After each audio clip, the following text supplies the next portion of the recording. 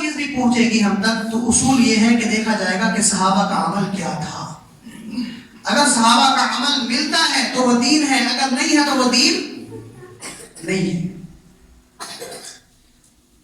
تو میں نے پچھلے جمعے میں بھی عرض کیا تھا، یہ آسان سا ایک اصول ہے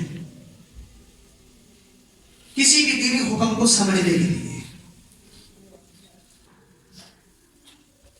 آپ دین پر عمل کرنا چاہتے ہیں تو آپ کو یہ آسان سا اصول پہلے سامنے رکھنا پڑے گا کہ نبی کے صحابی کا عمل ثابت ہے یا نہیں ہے. آپ میری بات سمجھ رہے ہیں؟ جی، نبی کے صحابی کا عمل ثابت ہے یا نہیں ہے.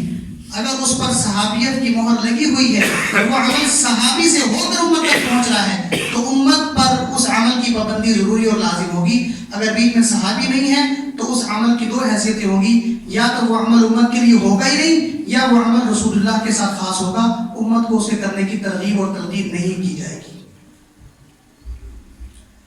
تو ہم چونکہ دین سیکھتے نہیں ہیں، سمجھتے نہیں ہیں، پڑھتے نہیں ہیں، لہذا ہر چیز کے پیچھے ہم لگ جاتے ہیں. جو بھی ہمیں کوئی بھی نقشہ تصویر بنا کر پیش کرے اور ہم خوشی خوشی اس میں لگ جاتے ہیں اور اس کو عبادت سمجھ کر کرنا شروع کر دیتے ہیں. وہ جی کیا تھا؟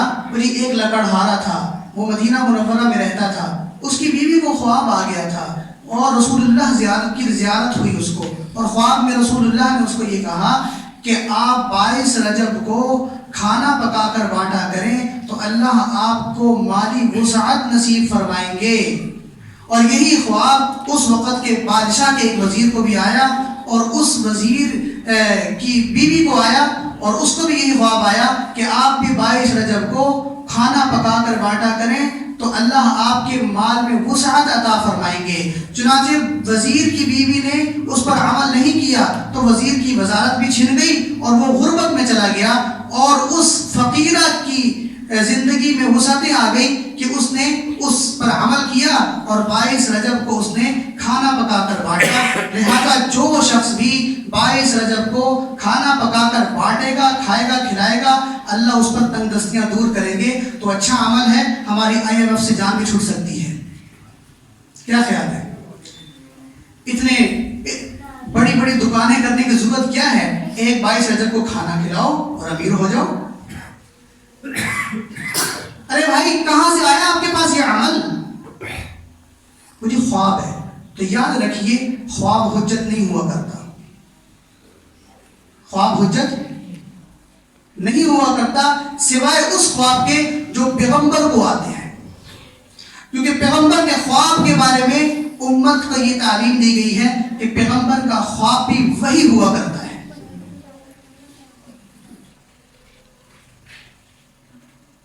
پیغمبر جب اعلان کرتے ہیں تو پیغمبر کی آنکھیں تو بند ہوتی ہیں، دل پھر بھی اللہ کے ساتھ جڑا ہوتا ہے. اور ہم جب سوتے ہیں تو ہم آنکھوں کے ساتھ بھی سوتے ہیں اور ہمارے دل بھی بند ہو جاتے ہیں. حرکت قلب کا جاری ہونا الگ بات ہے، لیکن ہمارا دل اس وقت اس کیفیت میں نہیں ہوتا جو حالت بیداری میں ہوتا ہے. لہذا اگر پیغمبر کہے کہ خواب میں مجھے یہ بات کہی گئی تو وہ امت کے لیے دین بھی ہوگا، حجت بھی ہوگا، کیونکہ پیغمبر کا خواب بھی کیا ہوتا ہے؟ وہی ہوتا ہے. لیکن اگر کوئی بہت بڑا بزرگ آ کر کہے کہ میں نے یہ خواب دیکھا ہے لہذا آج کے بعد ظہر کی 2 رکعتیں ہوں گی، ہم کہیں گے اپنی بزرگی اپنے پاس رکھیں، ہمیں رسول اللہ کے عمل پر عمل کرنا ہے. آپ کے خواب کا ہمارے نزدیک کوئی اعتبار نہیں ہے، کیونکہ آپ اچھے ہیں، متقی ہیں، پرہیزگار ہیں، لیکن آپ کا خواب ہم تک ہمارے لیے حجت نہیں ہے. صحابی نے خواب دیکھا اور اس خواب کی تصدیق پیغمبر نے کی ہے تو وہ بھی دین بن جاتا ہے. جیسے اذان کے بارے میں مشورہ ہو رہا تھا کہ پہلے جب نماز فرض ہوئی تو بغیر اذان کے نماز پڑھی جاتی تھی. پھر جب نمازی بڑھنے لگے، نمازیوں سے مراد مسلمان بڑھنے لگے، تو پھر مسلمانوں نے نماز تو پڑھنی ہوتی ہے نا، کیونکہ حدیث میں آتا ہے کہ مومن اور کافر میں فرق کرنے والی چیز نماز ہے. اگر آپ یہ دیکھنا چاہتے ہیں کہ یہ بندہ مومن ہے یا کافر ہے، ایمان ہے یا نہیں ہے؟ تو رسول اللہ صلی اللہ علیہ وسلم ارشاد فرمایا دیکھنا کہ یہ نماز کے وقت کہاں ہے۔ تو علماء نے لکھا کہ یہ اس پر کفر کا بے شک حکم تو نہیں لگے گا، لیکن اس کو کفریہ نشانی قرار دیا ہے کہ یہ کافر کی علامت ہے کہ کافر اللہ کی آواز سن کر مسجد کی طرف نہیں جائے گا، ہمیشہ کون جائے گا؟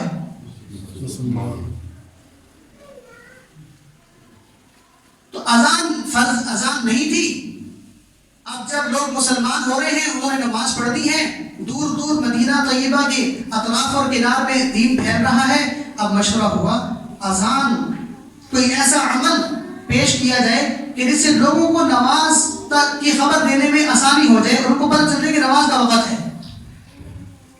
تو پھر میں نے پہلے بھی بتایا تھا کہ صحابی نے خواب میں دیکھا کہ فرشتے نے آ کر ان کو الفاظ اذان سکھائے، اللہ اکبر سے لے کر آخر تک۔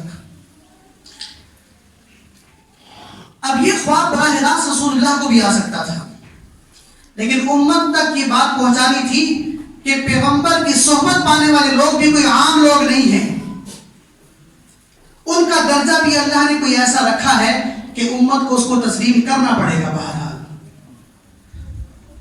تو صحابی پہنچتے ہیں عبداللہ ابن زید رضی اللہ تعالیٰ عنہ رسول اللہ کے پاس، اور خواب اپنا رسول اللہ کے سامنے رکھتے ہیں۔ رسول اللہ فرماتے ہیں یقیناً یہی الفاظ امت میں رائج کر دینے چاہیے، یہ اللہ کی طرف سے آپ کو سکھائے گئے ہیں۔ چنانچہ صحابی کا خواب حجت بنا جب رسول اللہ کی مہر لگی۔ اس لیے خواب اگر رسول اللہ کا ڈائریکٹ ثابت ہے تو وہ تو وہی ہے، لیکن اگر غیر رسول یعنی صحابی، وہ صحابی ہے بے شک، اس نے اگر خواب دیکھا ہے تو اس خواب کی تصدیق اگر رسول اللہ فرما رہے ہیں اور پھر اس کو رسول اللہ حجت قرار دے رہے ہیں تو وہ ہمارے لیے حجت ہوگا، ورنہ اس کی حیثیت بھی خواب کی ہی ہوگی۔ بات سمجھ میں آ رہی کہ نہیں آ رہی؟ اس لیے چھوٹے موٹے خواب آتے تو پریشان نہ ہوا کرو۔ لوگ کہتے ہیں ہم یہ خواب آتا ہے، ہمیں یہ خواب آتا ہے، آنے دو بھائی، کوئی مسئلہ نہیں ہے۔ آپ وہ کام کریں جو اللہ نے آپ کو مستقل روزانہ کی بنیاد پر کرنے کو کہا ہے۔ آپ کی زندگی میں تبدیلی خوابوں سے نہیں آئے گی،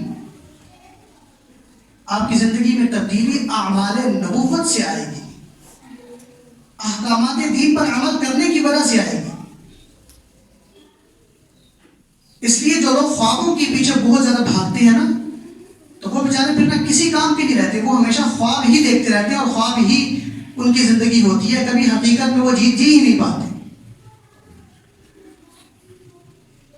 تو میں یہ عرض کر رہا تھا کہ ہمارے نزدیک بس حجت کیا ہے کہ عمل صحابی سے ثابت ہے یا نہیں، لہذا اب یہ جو کہانی گھڑی گئی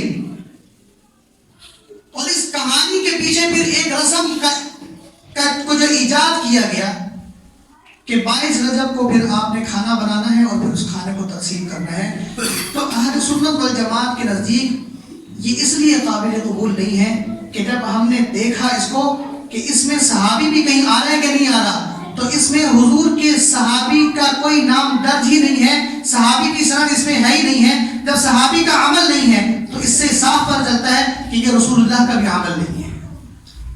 جب یہ رسول اللہ کا عمل نہیں، یہ صحابی کا عمل نہیں، تو یہ دین بھی نہیں ہے، لہذا اس کو عبادت سمجھ کر کرنا یہ اور بڑا گناہ ہو جائے گا، اس کو ثواب سمجھ کر کرنا یہ اور بڑا گناہ ہو جائے گا، کیونکہ جس کے پیچھے صحابہ کی سند میسر نہیں ہے تو وہ عمل امت کے لیے قابل تقلید ہے ہی نہیں ہے۔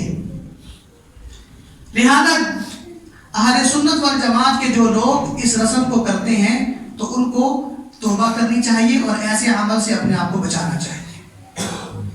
پھر دوسری بات یہ ہے کہ ہماری کتابوں میں یہ بات لکھی ہوئی ہے اور ہمارے علماء کی تحقیق یہ ہے کہ 22 رجب کو جو یہ کنڈوں کی رسم کی جاتی ہے، جو لوگ کرتے ہیں وہ دراصل اس کی بنیاد یہ بناتے ہیں کہ 22 رجب کو حضرت امام جعفر صادق رحمت اللہ علیہ کی جو ہے وہ پیدائش کا دن تھا، تو لہٰذا ان کی پیدائش کی خوشی میں ہم 22 رجب کو کھانے بنا کر لوگوں میں بانٹتے بھی ہیں اور کھلاتے بھی ہیں۔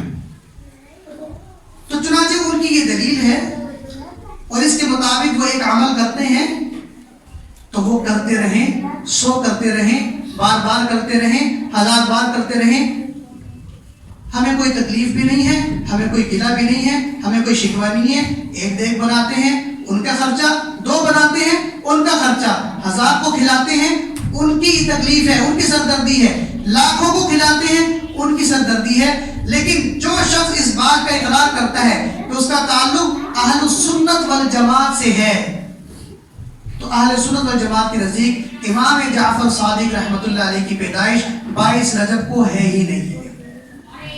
سمجھ میں آ گئی بات؟ امام جعفر صادق کی پیدائش اہل سنت والجماعت کے نزدیک 22 رجب کو نہیں ہے، بلکہ آپ کی پیدائش شعبان کے مہینے میں ثابت ہے، اور سن 80 ہجری میں آپ کی پیدائش ہوئی، اور شوال کے مہینے میں آپ کا انتقال ثابت ہے۔ لہذا جب ہمارے نزدیک ایک شخص کی پیدائش اس تاریخ کو ثابت نہیں ہے تو پھر خوشی کا کیا معنی رکھتا ہے، اور پکوان پکانے کا اور بانٹنے کا کی کیا حیثیت رکھتی ہے، اور پھر اس میں ثواب کی نیت بھی ہو، اس میں عبادت کی نیت بھی ہو، یہ ساری چیزیں کہاں سے آ جاتی ہیں بیچ میں؟ بات کو سمجھ لیں۔ دوسرا موقف ہمارا اہل سنت والجماعت کا یہ ہے کہ 22 رجب کو کاتب وحی صحابی رسول امیر معاویہ رضی اللہ تعالی عنہ کی وفات کا دن ہے۔ یہ اہل سنت والجماعت کا موقف ہے، اور ہماری کتابوں کے اندر صحیح سند کے ساتھ یہ بات موجود بھی ہے۔ تو کچھ لوگ مخالفین معاویہ رضی اللہ تعالی عنہ نے ڈھکے چھپے انداز میں، کہ جن کو حضرت معاویہ رضی اللہ تعالیٰ عنہ سے اتفاق نہیں تھا اور ان سے وہ موافقت نہیں رکھتے تھے، بظاہر ان کے دلوں کے اندر ان کے لیے عداوت تھی، دشمنی تھی، تو ان کی وفات کے دن پر انہوں نے کھانے بنا کر پکوائے۔ حقیقت میں وہ ان کی وفات کی خوشی کرنا چاہتے تھے، اور اس پر لیبل لگا دیا گیا امام جعفر صادق کی پیدائش کا، تاکہ خوشی کا اظہار بھی ہو جائے اور ہمارا نام بھی نہ آئے۔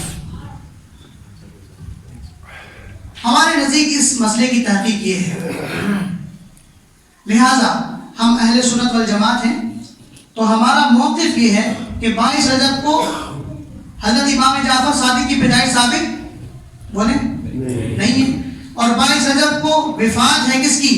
حضرت امیر معاویہ رضی اللہ تعالیٰ عنہ کی، اور صحابی کے جانے پر دکھ کا اظہار تو کیا جا سکتا ہے، خوشی کا اظہار نہیں کیا جا سکتا، کیونکہ صحابی میں نے کہا ہمارے دین کی کیا ہے؟